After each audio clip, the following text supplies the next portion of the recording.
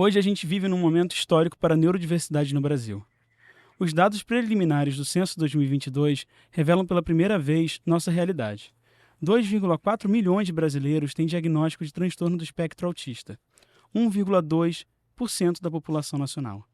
Estes números carregam uma denúncia estrutural.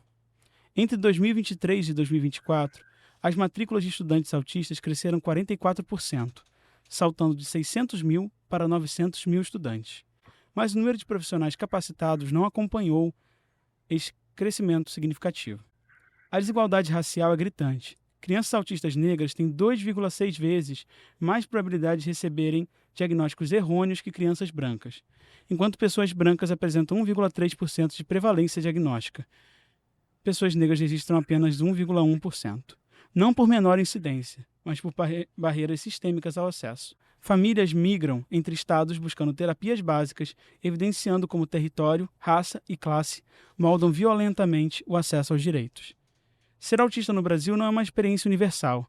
Ser uma mulher autista negra periférica significa enfrentar múltiplas opressões simultaneamente. Capacitismo, racismo e machismo que historicamente invisibiliza o autismo feminino. Nas redes sociais, vozes autistas negras constroem narrativas contra-hegemônicas, questionando o modelo médico tradicional, branqueado e de classe média que dominou os debates sobre a neurodiversidade. É neste contexto de exclusões sistêmicas e resistências coletivas que emerge a figura de Gabi Pereira, psicopedagoga, ativista, neurodivergente e mãe preta autista, fundadora da família afroatípica. Sua trajetória do Amapá a Sorocaba ilustra perfeitamente as disparidades regionais que discutimos.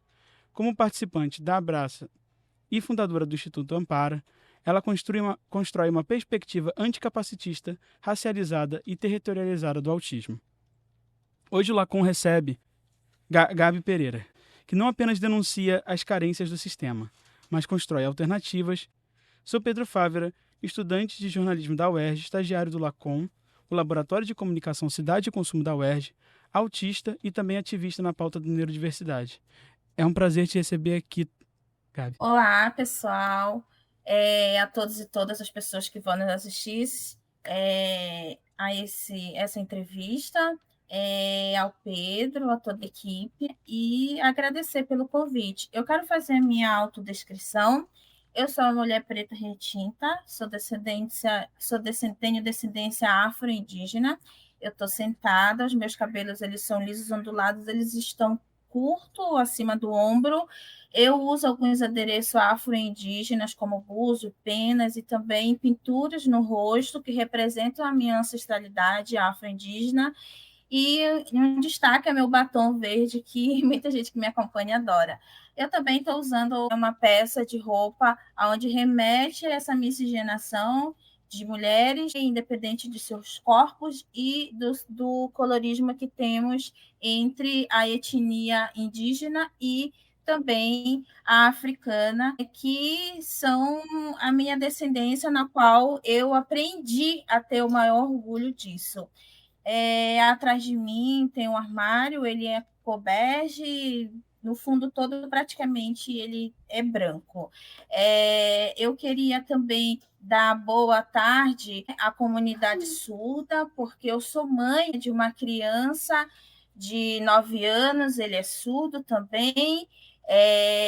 E eu queria dar essa boa tarde de dizer que o meu sinal é esse aqui. Muito obrigada.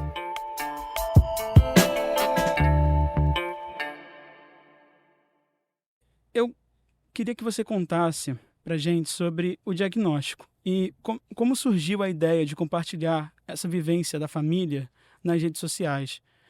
Qual foi o processo de transformar essa vida cotidiana em conteúdo e como isso se transformou no espaço de acolhimento?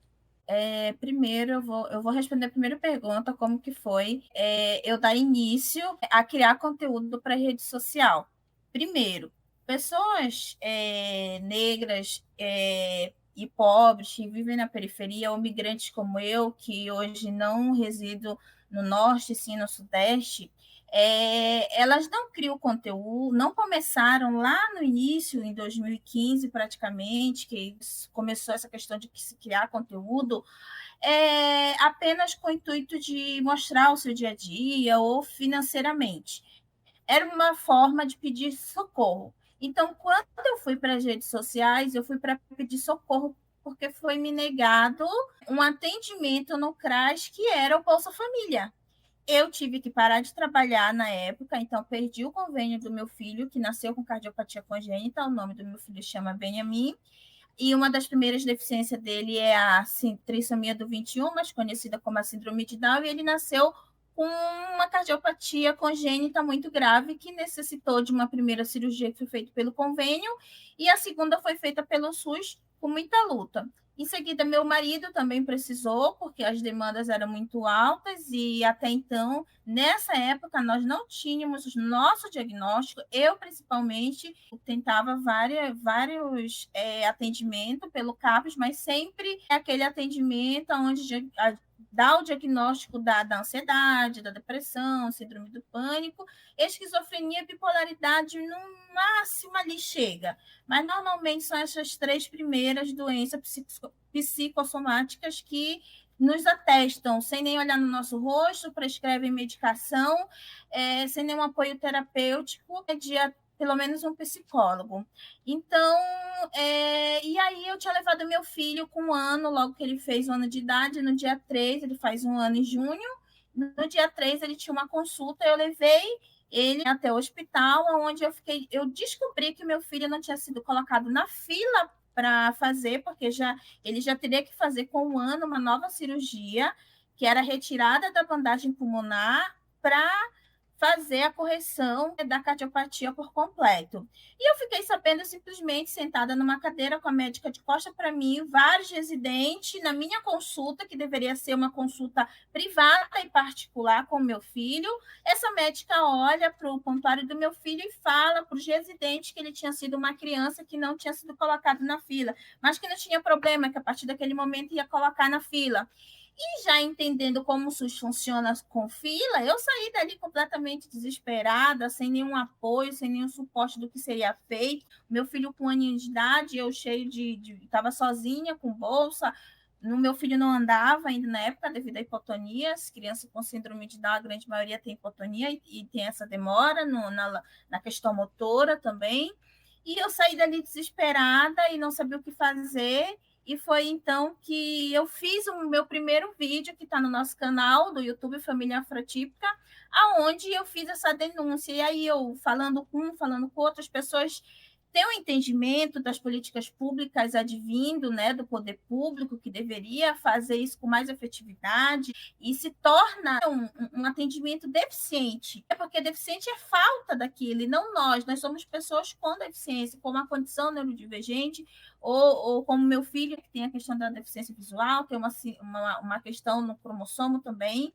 Eu também sou uma pessoa que tenho essa condição genética do cromossomo. Eu tenho o cromossomo a menos, e por isso que meu filho nasceu com a trissomia. Porque existem 3 tipos de condições genéticas para se ter a trissomia do 21. E no caso do meu filho, é porque algum dos pais, no caso eu, tenho um cromossomo a menos e faz com que ele tenha a trissomia por translocação. E nisso algumas pessoas falavam, olha, vai até o CAPES, lá você vai ganhar uma cesta verde, você consegue o Bolsa Família na hora. E a gente sem nada em casa, sem recurso, ele já ficando sem leite, ele saiu da UTI com várias demandas, mais de 10 medicação. Fui até o CAPES, aquele atendimento onde o assistente social simplesmente ele senta, olha na tela do computador e fica ali, não olha para você, não te vê como humana, até que ele pergunta, a criança tem alguma deficiência? Aí eu falo, sim, ele tem síndrome de Down. É quando ele olha para a gente.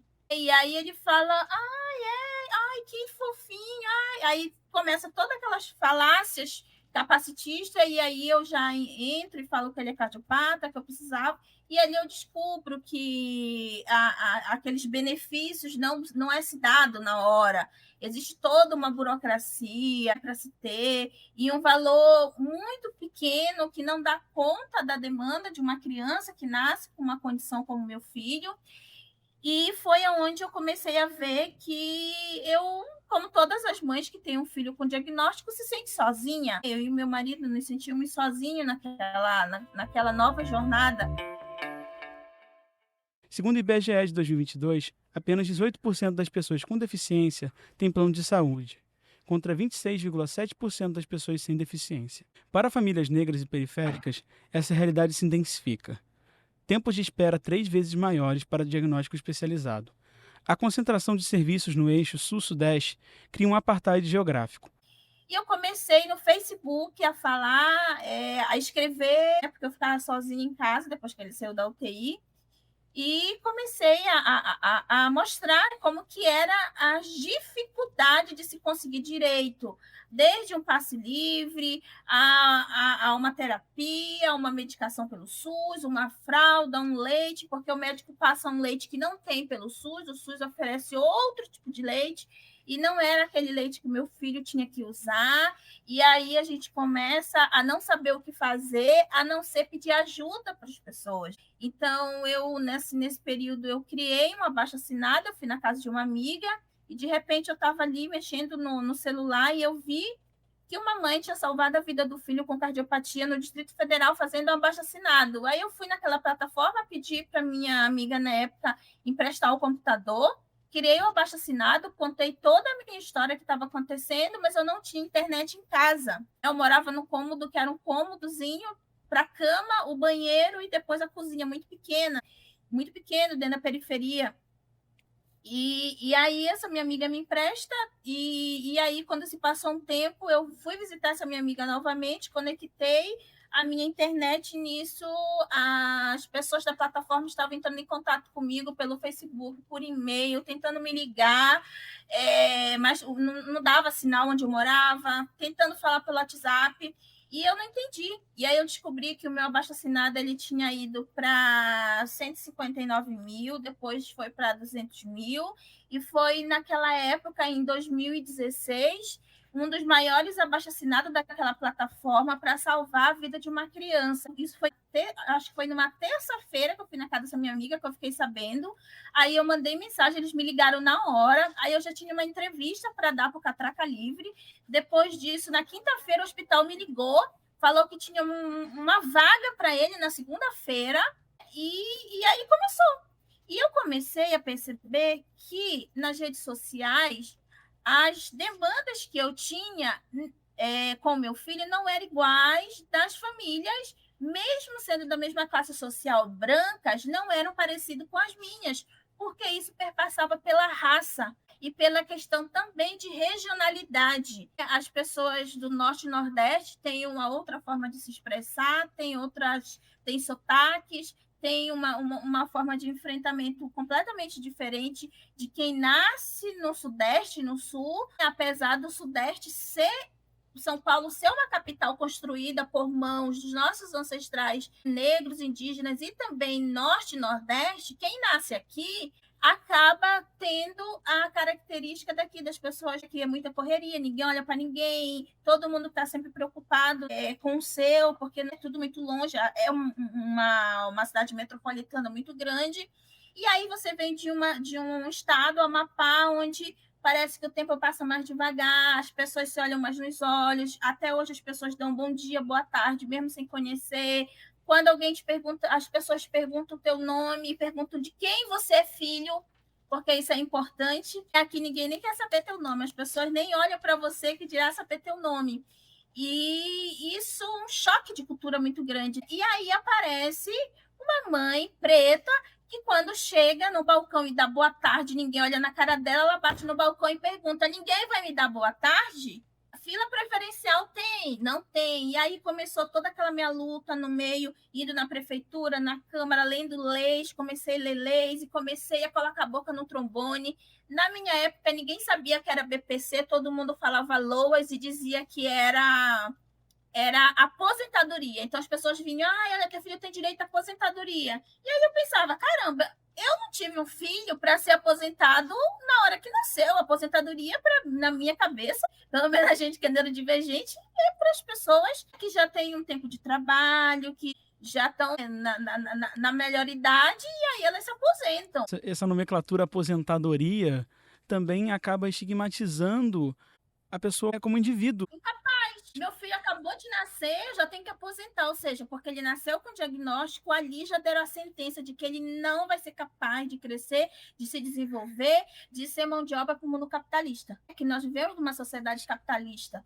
E aí, nisso, eu comecei a ler a lei do LOAS, que é a lei orgânica do LOAS, que é a lei, o nome da lei, e o BPC, que é o benefício de prestação continuada, ninguém falava, que é um benefício que é feito toda a questão de saber se aquela pessoa precisa, os médicos, a assistente social, é feito pelo INSS, mas o recurso não sai do INSS, o recurso ele sai da assistência social, aonde esse recurso vem, por exemplo, de instituições de empresas que pagam impostos muito alto.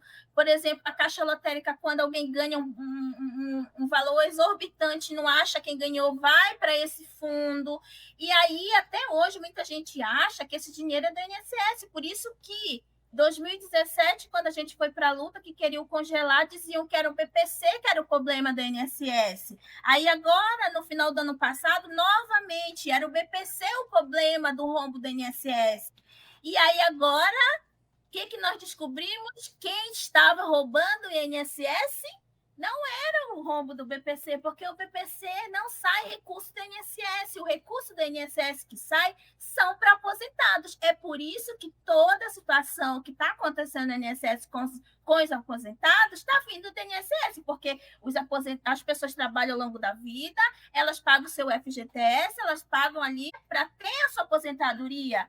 E aí se descobre que o problema nunca foi as pessoas que dependem do INSS. Então, trazer isso para as pessoas de uma forma, uma linguagem mais simples, traduzir leis, como eu faço na rede social, de traduzir, de não trabalho falar um muito jeito de importante. direito, como advogado fala, que ninguém entende nada. Isso começou a fazer as pessoas irem atrás. Aí eu comecei a falar direito de fralda, direito do transporte, do passe livre, na cidade mesmo que a gente morava, Sorocaba, que agora nós estamos na capital devendo tratamento do Beni. Lá tem um transporte porta a porta, cresceu a demanda, tiveram que aumentar carro. Lá a gente conseguiu mudar a lei para os pais terem um passe livre, porque a demanda desses pais que têm filhos com deficiência, que são de classe mais baixa, é muito alto para ficar pagando passe todo dia, porque leva a criança no transporte porta a porta, mas como que volta para casa? Eu vi essa demanda, eu ficava lá esperando meu filho das 6 da manhã que eu saía, 5h30 da manhã que eu saía com ele, até as 3 da tarde da terapia, assim, muitas vezes sem comer, sem conseguir ir ao banheiro, porque a instituição às vezes não liberava a gente para usar nada, era só para criança. Não tinha, gente, esse pensamento. Quando eu apareci, ninguém falava da sobrecarga da família, ninguém falava da sobrecarga da mãe. Todo mundo sempre via a pessoa com deficiência para quê? Leva para terapia, leva para as instituições, principalmente as mais pobres. O SUS faz ali uma lista, manda para a instituição, manda recurso. Muitas das vezes ninguém nem fiscaliza o que estão fazendo com esse recurso. Esses recursos às vezes nem chegam. Chegam e são mal administrados, Exatamente. como aconteceu em várias instituições, e eu comecei a ser o terror das instituições de Sorocaba, porque eu comecei a ligar na assistência social para saber quanto de recurso mandam para o meu filho para terapia tal, quanto que mandam, porque eu queria saber. Sim. Porque é um direito meu, é um direito do meu filho, e nós mesmo um pouco a gente paga imposto. Se eu comprar ali uma balinha, eu pago imposto. Se eu comprar uma cesta básica, eu pago imposto. Tudo isso para ser revestido em políticas públicas. E aí eu comecei a ensinar as famílias nas redes sociais como adquirir, como ter tudo isso. Eu comecei a virar o terror das pessoas que regem política pública. Eu comecei a ler muita lei, hiperfocando nas leis, para saber os erros. Tinha muitos erros nas leis municipais da cidade. Na LBI a gente encontra muita questão, educação inclusiva, e aí eu comecei a perceber o projeto que é do sistema em colocar as pessoas com deficiência ainda como na época quando se pegava aquelas crianças e uma religião fazia um local para colocar ali. E por que as pessoas com deficiência, você já quem assistia a gente, Comecei a refletir sobre isso. Por que, que as pessoas com deficiência nunca se desenvolvem dentro de uma instituição e saem para a sociedade para trabalhar, para estudar? Raros-se os casos de instituições que são comprometidas, que são muito pouco. Mas eu comecei a ver dentro de instituição que eu coloquei meu filho, que as pessoas envelheciam lá, e aí depois criou-se uma lei que com 21 anos de idade a pessoa com deficiência não podia mais estar nessa instituição. Vai para onde? Que se dentro da instituição só fica pintando, só fica sentado, parado, até dar o horário de ir embora. Muitas instituições fazem isso, recebem verba e é desviado. A gente tem vários casos agora que está saindo nos jornais, mostrando o rombo de instituições.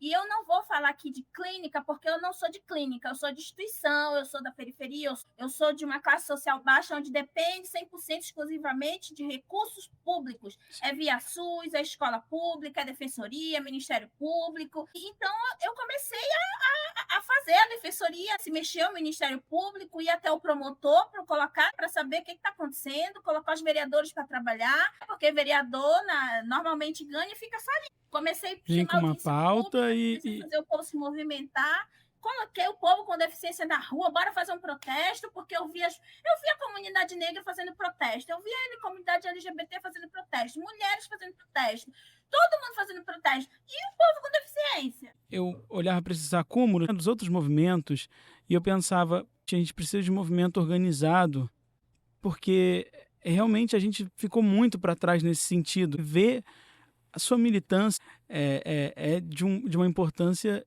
ímpar. A gente vê todo mundo se movimentando e a gente às vezes não consegue organizar. Eu não sei exatamente ainda o porquê. Eu até gostaria de perguntar para você o porquê da dificuldade desse movimento de luta. Bom, existem dois fatores para a gente não conseguir se organizar. O primeiro fator que existe é: nós não damos lucros para o sistema no quesito mão de obra para o capitalismo. Tá? Então, o capitalista, o sistema, ele sempre vai olhar as pessoas com deficiência como alguém que dá o quê? Custo. As tecnologias assistivas são caras, as terapias são caras, sustentar uma instituição que dá essa terapia, que tem compromisso de fato com a luta da pessoa com deficiência, não é barato. Então, para o sistema é isso. Então, esse é o primeiro problema. O segundo é que nós damos lucro. Olha só, ao mesmo tempo que a gente não dá lucro como mão de obra, mas a gente dá lucro. Por quê? Porque nós precisamos de serviço de profissionais. Então, o que acontece? Se a grande maioria das pessoas com deficiência são pobres, periféricas, pretas, indígenas, também são LGBTQIA+, quem é que vai oferecer a maioria desses serviços? São os donos de clínicas e os planos de saúde, ou é o sistema com o SUS, com a escola pública, com os CRAs, com os CAPs? Vai ser esse lado daqui. Porque esse lado daqui, gente, que depende do serviço de clínica, não estou dizendo que não é importante, mas é uma minoria. É uma minoria que tem acesso, porque tem advogado que entra com ação judicial, mesmo entrando com ação judicial não consegue.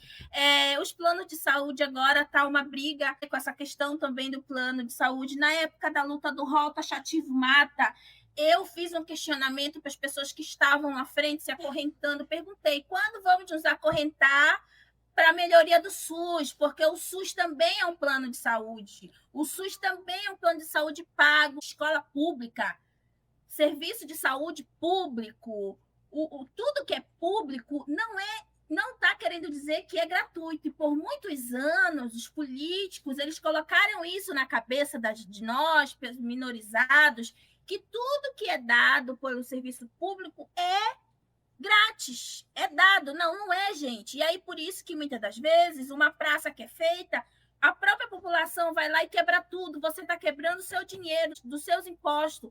Quando você vai no SUS e não tem a medicação, é porque o seu dinheiro está sendo mal administrado. Aí você vai brigar com a moça da farmácia? Não, você vai lá no gabinete do secretário da saúde e marca uma reunião com ele para saber por que não tem medicação. Quando a educação não está boa, você vai brigar com a diretora, com a coordenadora, com a professora? Não, você vai procurar a Secretaria da Educação, o setor que tenha serviço de educação inclusiva, para questionar aonde está a verba. Todo cidadão tem direito de marcar reunião com secretários públicos, com ministros, até com o presidente da República. Todo cidadão tem, porque eles são também funcionários públicos. A grande maioria da população, muitas das vezes, escolheu para estar ali e eles escolhem a sua equipe de trabalho. Então, o secretário de Educação, de Saúde e Assistência Social, ele representa o prefeito, ele representa o trabalho do governador, do presidente. Então, você tem todo o direito de reunir um grupo de família, mandar um e-mail marcando uma reunião, e eles não podem negar. Você pode também marcar reunião com o Ministério Público, você pode marcar reunião com a Defensoria Pública, porque a parte judicial também é paga com recurso público para trabalhar pelo povo, porque a grande maioria das famílias não tem recurso para pagar advogado. Então, o que acontece? Enquanto nós fomos vistos com esse olhar capacitista de que nós não somos mão de obra, porque coloca-se numa instituição, muitas das vezes passa-se anos brigando na justiça, quem briga pelos planos de saúde para ter acesso às terapias, aquele ser humano não se desenvolve, e aí é um projeto. Esse projeto é que nós não tenhamos desenvolvimento para quê? Para estar como o Pedro está aqui agora, me entrevistando, trabalhando em um podcast. Está na faculdade, mesmo tendo a sua família, as suas dificuldades, a sua família também é uma família típica. E aí, quando eu começo a fazer todo esse rebuliço, eu começo a passar por perseguições políticas, perseguição sistêmica. E aí é onde eu tenho que dar um passo para trás, como eu dei em 2023. Precisei tirar meu filho de escola, precisei tirar meu filho de vários locais por medo de falta de segurança, porque quando você vai lutar e você tem condição, você é um ativista que tem condição, é classe média alta, é uma coisa. Quando você é um ativista já das classes sociais mais baixas, é muito complicado. Estamos bem expostos. A minha defesa, normalmente, é a rede social, é denunciar. Quando eu era perseguida, eu tirava o recurso do meu filho, eu começava a denunciar nas redes sociais, porque se acontecesse alguma coisa comigo, e alguém quisesse saber o que aconteceu com a Gabi, com a família dela, porque sumiram, porque morreram, porque a gente corre esse risco como ativista a todo momento. Não adianta a gente dizer que isso não é real, porque isso é uma realidade. Quem é ativista a todo momento corre o risco de vida também. Dei uma pausa um pouco no ativismo, mais linha de frente, eu estou um pouco mais nos bastidores para cuidar da minha saúde mental, para cuidar do meu filho. Mediante a todas essas questões, eu comecei a refletir mais também do termo atípico. O termo atípico, quando você fala família típica. Vamos ser sinceros, quem você pensa? Eu fui a primeira pessoa a criar um perfil de família típica na rede social. As pessoas não pensam numa família preta, uma família indígena ou de qualquer... ou da comunidade LGBTQIA+. Pensa numa família branca de margarina. Mesmo sendo atípico, mesmo tendo deficiência, e aquelas deficiências padrões, que mesmo dentro da nossa categoria de comunidade PCD, existem os PCD padrões, que são os mais aceitos, que são vistos como... eles são quase normais, as passabilidades que tem. E aí eu comecei a falar, esse termo não me contempla mais, porque o meu intuito, na época que eu criei o Família Típica, era tirar as famílias da família especial, mãezinha especial, escolhido por um sagrado, que te deu um filho especial, porque você dá conta, toda sobrecarga. E aí tudo isso era dito para as famílias através de uma religião. Então, o capitalismo, que é onde é feito pelo sistema, mais a religião, independente de qual seja, mas a gente sabe muito bem quem são as religiões opressoras, não vou precisar ficar falando aqui, eles se juntam, então eles criam uma teoria sempre para tudo. A comunidade LGBT promíscua, numa época era doença mental, saiu do DSM-5, isso faz pouco tempo. As pessoas com deficiência também, algo enviado por um sagrado para te ensinar, dar valor no teu braço, dar valor na tua visão, na tua audição. Mas as pessoas negras, indígenas com deficiências, elas entram nisso porque um sagrado mandou, porque se esse sagrado é branco, ele só criou o branco, só o branco é bom, só o branco é a característica linda. gente, sobrou o quê? A maldição. E aí eu comecei a falar isso na rede social. E que o meu ventre não era um ventre sagrado, que eu tinha parido uma criança amaldiçoada. Isso é algo muito forte de você se dizer numa rede social e fazer as pessoas refletir sobre isso. E aí eu falei para o meu marido, eu falei, olha, agora a gente já tem muitas pessoas que já entenderam o conceito de atípico, já estão saindo dessa zona de especialzinho, de que Deus escolheu, e entender que religião é uma coisa, a política pública é outra. Eu acho que agora a gente precisa se apropriar do termo afro. Eu queria que fosse afro-indígena típico, mas ia ficar muito grande. Mas eu sempre faço questão de falar sobre as pessoas indígenas também, é porque faz parte da minha descendência. E aí nós mudamos, e também mudamos por uma outra questão. O nosso perfil, nós estamos há 10 anos, então começou também a ter muita marcação do nosso perfil, mas não era para a gente, era para outros perfis de famílias atípicas. E essas famílias, quando eu olhava, eram brancas. Aí eu fiz uma pesquisa. Eu achei 56 perfis de a família atípica, mudava só um ponto, a família típica tem, a família típica alguma coisa assim mudava, porque o nosso era família underline atípica. Quem vê o nosso conteúdo mais lá atrás vai ver que a gente tinha esse arroba. E eu comecei a me incomodar com isso também. E aí eram famílias que, às vezes, tinham acabado de criar o seu perfil e já estavam bombando na internet, porque elas mostravam, de fato, aquilo que a sociedade quer ver das pessoas com deficiência. E existe um movimento também de direita que cooptou também essas pautas. Sim, gente, querendo ou não, é histórico.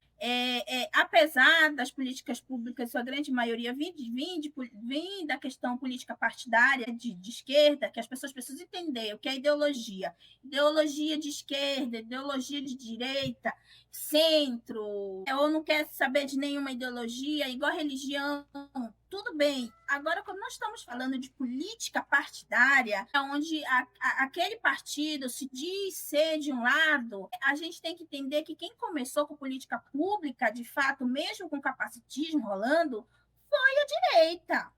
Foi a direita que começou a colocar intérprete de Libras, colocar pessoas com deficiência dentro dos seus partidos. Hoje nós temos senadores, hoje nós temos pessoas que falam dessa pauta, muitas das vezes tem compromisso. Então a gente precisa reconhecer na história quem começou, porque muitas das vezes a gente precisa entender que, politicamente, de partido, a direita tem dinheiro, a esquerda não tem dinheiro, mas também não tem estratégia. Esse é o nosso grande maior problema. Nós precisamos de estratégia, nós precisamos, para além de ter alguém que salve as pessoas de suas mazelas e da pobreza, nós precisamos dar o anzol, nós precisamos dar a boia, mas depois dessa boia nós precisamos dar o quê? Um barco. Depois desse barco, as políticas públicas efetivas, né? Da terra firme, para onde essa pessoa vai? Ela precisa de uma moradia, da moradia ela precisa sustentar aquela moradia, ela precisa de um emprego. Então, isso passa pelas pessoas com deficiência. Então, um salário mínimo, que é o BPC, ele não sustenta nem 0,1% das demandas de uma pessoa com deficiência. Culpabilizar o rombo do INSS com o BPC, entra lá no gov.com e vai ver quantas pessoas com deficiência recebem, como que é feito, porque o INSS ele é um órgão público, mas ele é utilizado para fazer a parte da assistência social e médica, para assistência social, que não tem esse lugar para receber essas pessoas, porque era a assistência social que deveriam fazer. Eram os CRAs que tinham que fazer toda essa avaliação. E nessa avaliação, ser o quê? Ser mandado para o SUS, para o médico daquela pessoa com deficiência que já atende a avaliar, completar a avaliação. E aí, na INSS, até hoje, nós temos o quê? Médicos que atendem apenas as questões das deficiências física e visual, as deficiências aparentes. Aí você chega lá como eu, mas você tem filho, mas você é casada, mas eu não posso trabalhar. O direito para você diminuir a jornada de trabalho só vale para quem é concursado. Isso não vale para quem trabalha em empresas privadas, por exemplo. Então, são muitas burocracias para se ter direito. Direito não é privilégio e não se consegue estalando o dedo. Olha, tem direito ao passe livre, estala o dedo. Eu estou aqui em São Paulo agora. eu vou passar por maior burocracia para conseguir o passe livre. E mesmo assim, não sei se vou conseguir para poder conseguir se locomover. Aí você fala de barreira arquitetônica, agora saiu o censo em São Paulo. Ele não é fidedigno, na minha opinião, porque quando se passou na minha casa, o IBGE não tinha folha para eu dizer que a minha família somos famílias para além de sermos só pretas ou migrantes. Nós também somos pessoas com deficiência. Eu tinha que pedir esse formulário. Eu não pedi. Por que eu não pedi? Porque isso é uma falta de respeito.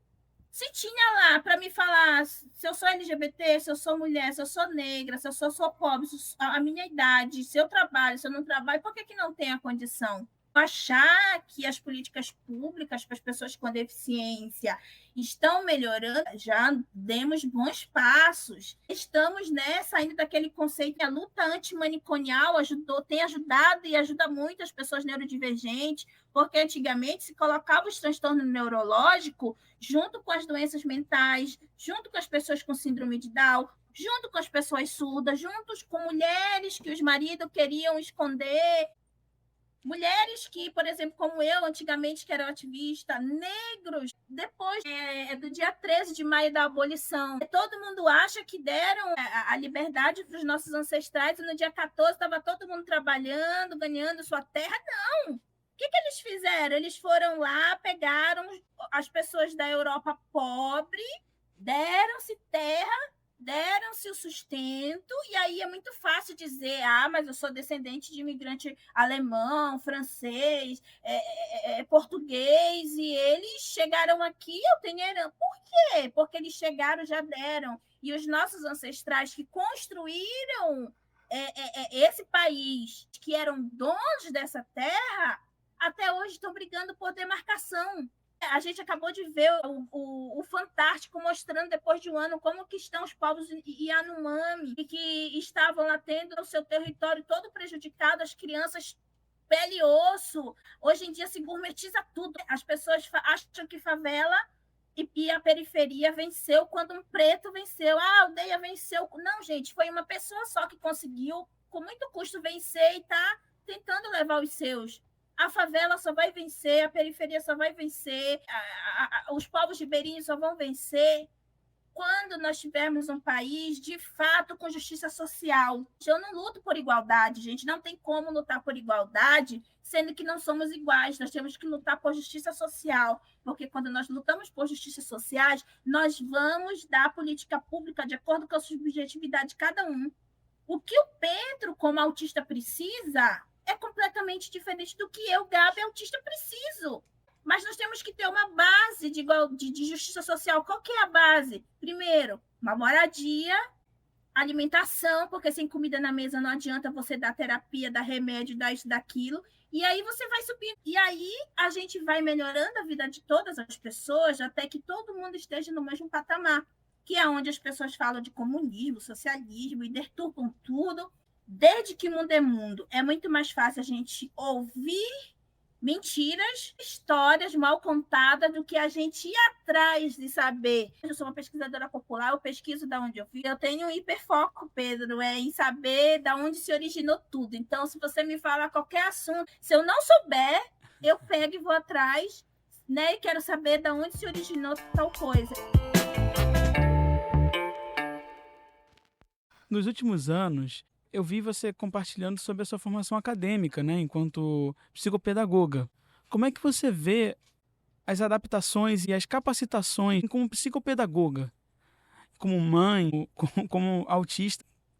Como você avalia nesse sentido? Olha, minha jornada acadêmica ela não foi fácil.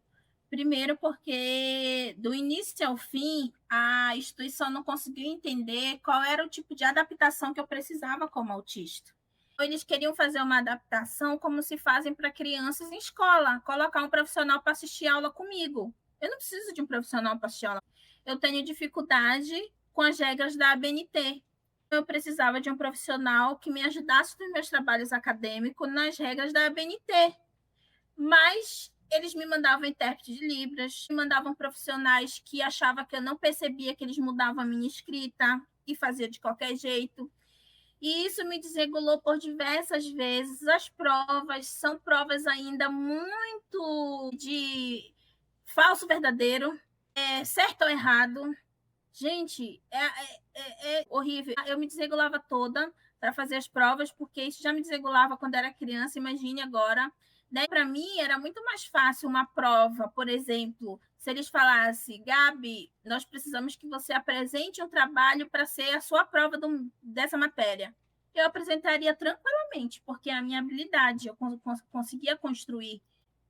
Mas, por exemplo, muitas das minhas notas, às vezes eram baixas e eu ficava super mal porque eu sabia aquele conteúdo. Mas as perguntas, sempre aquelas pegadinhas, tipo prova do Enem, que é horrível, que dói a cabeça da gente. O meu cérebro parecia que ia abrir, que ia sair, ia explodir. Sabe aquele emoji que o cérebro explode? A carinha que explode que tem? Sei. Quando eu tô com sobrecarga, eu me sinto basicamente assim. Eu relatava isso, eu coloquei laudo, a minha psiquiatra colocou, a minha neuropsicopedagoga também, a minha psicóloga, nada adiantou. Eu tive que finalizar com muita luta. As dificuldades, por exemplo, quem trabalha com pessoas neurodivergentes são pessoas que não são neurodivergentes. Então, era muito difícil para mim conseguir um estágio. Eu fiz licenciatura em psicopedagogia. Normalmente se faz uma pós depois que você já é formado em psicologia ou pedagogia. Mas hoje em dia já essa instituição, né, elaborou e ela fez a licenciatura mais para a parte de pedagogia. Eu tinha iniciado em pedagogia e vi que não era para mim estar em escola. Principalmente porque eu já ficava na escola como mãe, na correria, fiz um pouco de estágio e eu via muitos absurdos na escola, aquilo me desregulava muito. Aí uma amiga minha me indicou a psicopedagogia, porque no fundo eu queria ser psicóloga quando eu era mais jovem, mas não tive essa oportunidade. Eu fiz psicopedagogia pensando no meu filho. Eu não pensei em atender outras pessoas, nada disso, mas aos poucos a gente vai convivendo com pessoas. Comecei também a me especializar no diagnóstico tardio, porque eu fechei meu diagnóstico aos 34 anos, tenho 4 anos de diagnóstico. Meu esposo fechou ano passado, o meu filho, depois da síndrome de Down, a surdez, o TEA, dele também foi visto por mim, e aí depois eu fui atrás de profissional. Eu comecei a ver essas minhas habilidades de olhar, por exemplo, para a pessoa e perceber nela alguma questão de neurodivergência, alguma questão de alguma doença mental, e com muito jeitinho, pedagógico, ali numa conversa informal, com alguma mãe ou com alguém, perguntar, você já investigou, já levou? E aí aquela mãe, mas como que é? Aí eu passava informação. Durante a minha jornada acadêmica, que foi muito difícil, mas teve a parte boa, eu pude ajudar muitas famílias na periferia que não sabiam fazer um relatório. Gente, eu não sou psicopedagoga, mas eu vou fazer um relatório. Você mostra para a professora fazer o relatório, assinar, porque ela pode mandar para o pediatra encaminhar para o neurologista ou para o psiquiatra infantil.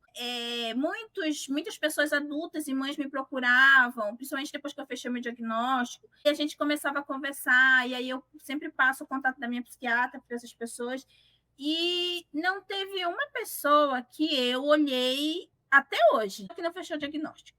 Até o meu marido fechou o diagnóstico. Porque eu fui para ver o meu TDAH, porque eu tinha certeza que eu tinha TDAH, porque até então a gente só tinha aquelas teorias do autista, aquele que fica ali no cantinho, todo mundo acha que ele está no mundo dele, que não oraliza. Então eu tinha muitas questões do TEA, mas o meu conhecimento era muito ainda de criança. E aí eu fui estudar mais sobre adulto na pandemia. Existe muito essa dificuldade de reconhecer o autista adulto. Eu vejo que isso é uma cruzada, a gente vê nos debates, assim, que é entre reconhecer os autistas adultos. Eu sou ótima para reconhecer pessoas neurodivergentes e sou ótima desde muito nova para reconhecer pessoas LGBTQIA+, que tentavam esconder por causa da religião, por causa da família.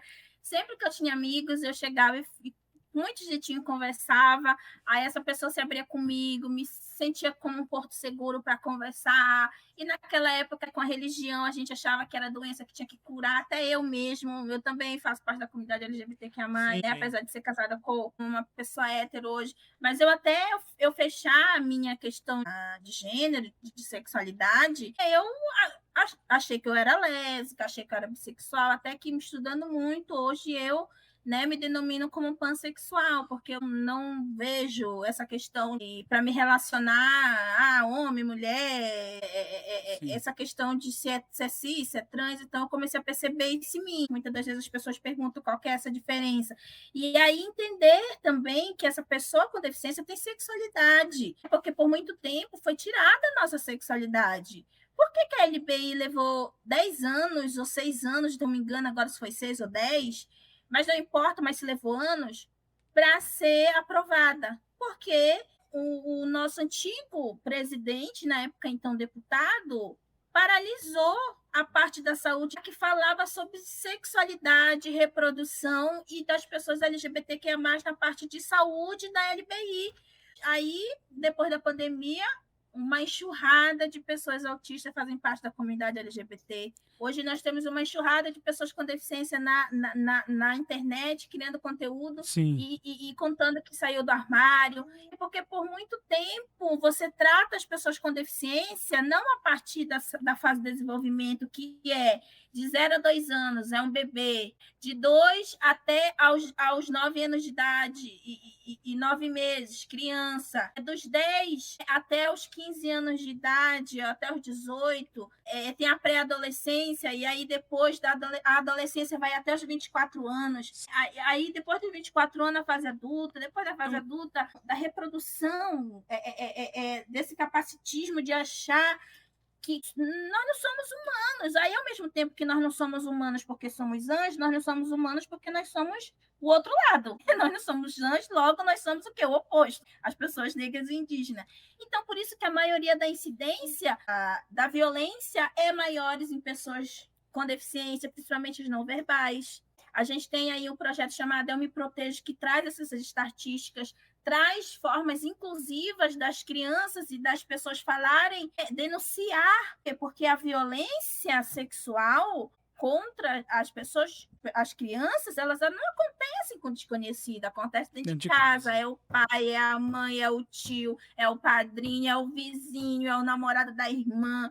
Isso pode acontecer, seja por gênero biológico, homem ou mulher, pessoas LGBT, negros, indígenas. Uma pessoa que é violenta, ela independe da sua classe social, ela independe da sua raça, da sua condição. Por isso que eu sempre falo para as pessoas, nossa, mas fulano, ele é autista, mas ele não fez isso por... Gente, existe caráter, e caráter ele independe da condição da pessoa. Isso também é capacitismo, quando você acha que um autista não pode ser uma pessoa ruim, quando você acha que uma pessoa com deficiência não pode fazer uma maldade, não pode matar, não pode roubar, não pode enganar.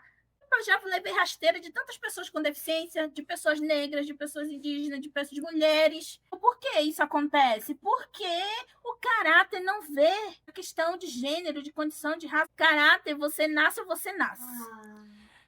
Essa questão de atribuir o caráter, isso acaba até dificultando o próprio processo diagnóstico. E você, como psicopedagoga, deve ter uma análise melhor em relação a isso. Mas essa coisa também de colocar características do caráter, do indivíduo em si, como parte de um diagnóstico, de um laudo, isso também prejudica também a própria autonomia daquela pessoa. Porque na hora do laudo, o profissional, independente de qualquer questão de caráter, ele não está ali para fazer juízo de valores. Sim. Então, ele não está ali para saber se o cara tem caráter ou não, ele está ali para saber se o cara tem diagnóstico. Se a pessoa tem o diagnóstico. Uhum. Então, se a pessoa não tem como você enganar profissionais, principalmente profissionais sérios. Tem muita gente falando sobre uma epidemia de autismo, sobre pessoas que estão comprando laudo. Se estão comprando laudo, se estão enganando, quem está sem caráter é o profissional que está laudando. É o profissional, exatamente. E não quem está não só quem está recebendo o laudo. Porque na hora do diagnóstico, quem é psicopedagogo, quem é psiquiatra, quem é psicólogo, quem faz toda essa parte de avaliação para mandar para o médico, a gente tem que pagar testes caríssimos.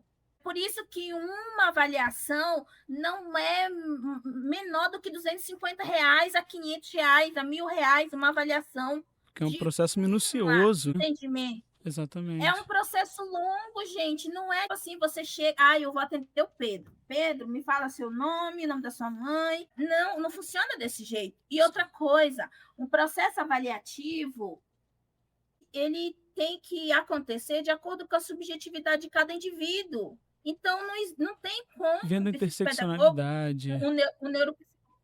um neuropsicopedagogo, por exemplo, que é uma pós de psicólogo, avaliar só online, porque Sim. precisa se fazer testes que são testes de convivência, são testes onde a gente vai colocar jogos, e nesse meio dos jogos a gente vai perceber várias questões.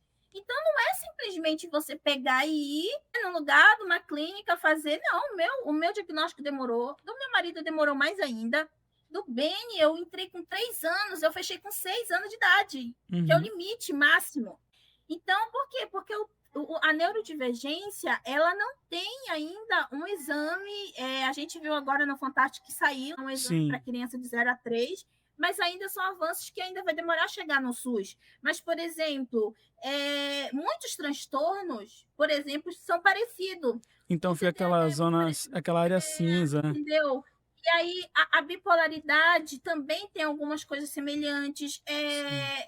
O transtorno opositor desafiador tem muito a ver com a impulsividade. Então, não é simplesmente você pegar aquela criança ou aquele adolescente, jovens e adultos, e vem cá, é um atendimento, não vai. Quem está fazendo isso quer mau caráter. E aí, junto com a pessoa que está indo lá mau caráter, acha um profissional mau caráter e fecha o diagnóstico. Mas isso é muito raro de acontecer.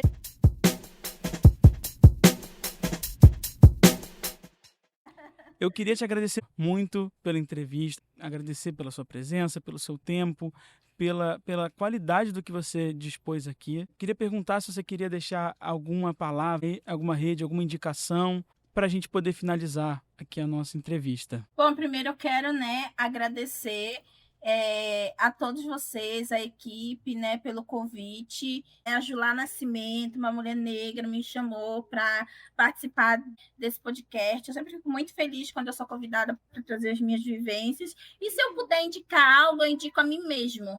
Indico o meu perfil. Lá você vai aprender muitas coisas que talvez você nunca tenha ouvido. Você vai ver lá uma sequência de lutas que eu fiz, como, por exemplo, o início de falar de raça. Eu sou uma das pioneiras que comecei a perguntar nas redes sociais onde estão as crianças negras e indígenas com síndrome de Down. Depois eu comecei a perguntar onde estão as pessoas negras, as mulheres negras.